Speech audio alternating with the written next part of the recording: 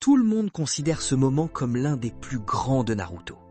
Lorsque Pain détruit Konoha, tue des centaines de personnes et provoque la mort de Jiraiya, Naruto finit pourtant par lui pardonner.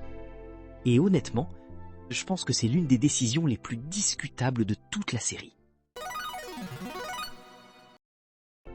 Je comprends l'idée. Naruto veut briser le cycle de la haine. Il refuse de répondre à la violence par la violence. Sur le papier, c'est noble. Mais dans les faits, Pain vient de massacrer un village entier. Des hommes, des femmes, des enfants. Naruto décide de comprendre son bourreau, mais ainsi des millions de gens obtiennent jamais justice. Le problème, c'est que la série présente ça comme la seule bonne réponse possible.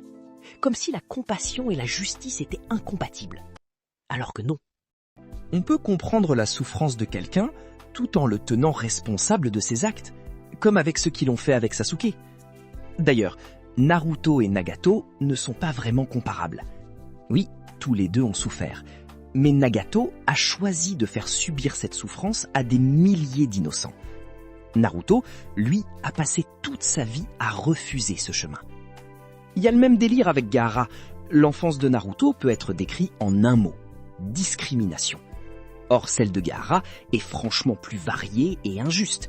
Ils peuvent se comprendre que par le biais de la solitude, selon moi. C'est justement ce qui les différencie. Et c'est pour ça que j'ai toujours eu du mal avec la scène de Nagato. Parce qu'au final, Naruto pardonne à l'homme qui a détruit son village et tué son mentor. Et même si ce choix est cohérent avec son personnage, je ne suis pas convaincu qu'il soit juste.